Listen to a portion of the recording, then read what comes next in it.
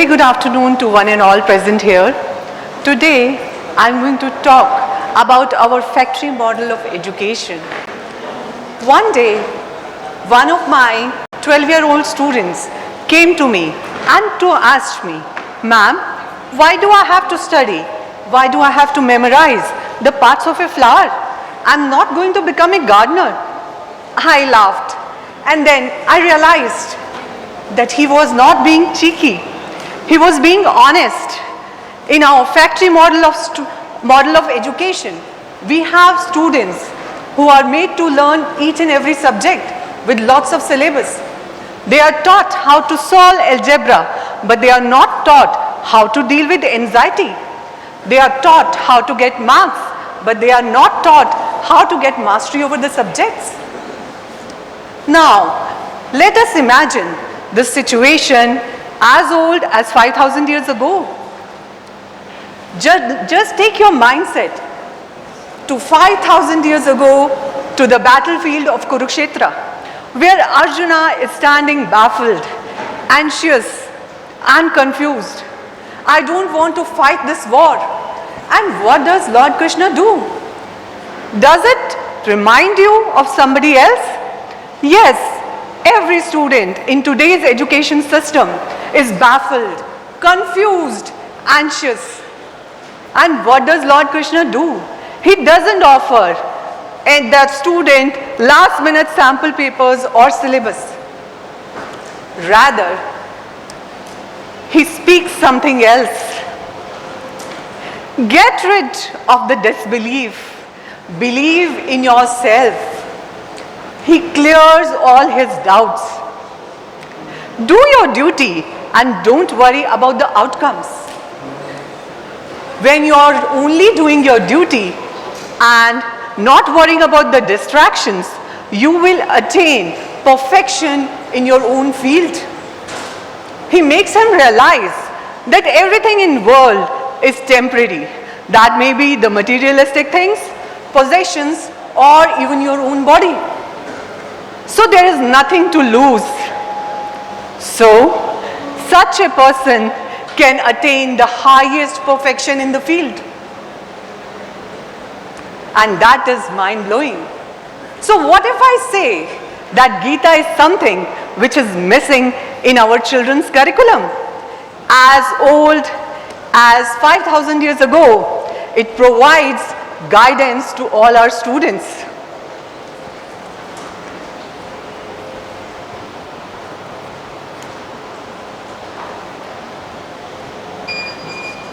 So talking about the values, right now in our education system, we are being served full plate, whether we like maths or not, whether we are good at fine arts or not, but we have to do it all. But it only leads to wastage of talent. What can be done? We can have education buffet. What kind of buffet? Everyone can choose whatever the person likes, whatever the person is good at. That can be chosen. And then you see the results. Let the philosopher think, let the engineer tinker, and let the artist paint. So, Bhagavad Gita isn't just a book. It's a guide of living your life well. Choosing right, taking right decisions.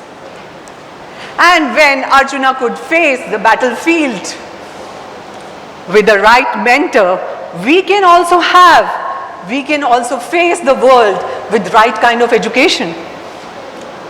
To be influenced by Bhagavad Gita, there are so many ideas. And what an idea to have a class on emotional intelligence rather than IQ. Let us teach our children how to deal with stress, anxiety. What an idea if we have teachers who have time to teach values rather than just rushing with the syllabus. Let us have mentors, let us have gurus, and not simply people who are just coming and just completing the syllabus. And last not the least, let us put the purpose before pressure. Each child should ask, what is my Swadharma? What I am good at? And choose the skill according to the education buffet and not a thali which is served well. So that there is no wastage of talent. And my dear friends, when we have an education system with Gita included as a curriculum, we will have individuals who elevate themselves like a lotus flower emerges from the murky water, pure, spiritual and clean, and we'll have a generation that is spiritual, grounded and clear-minded.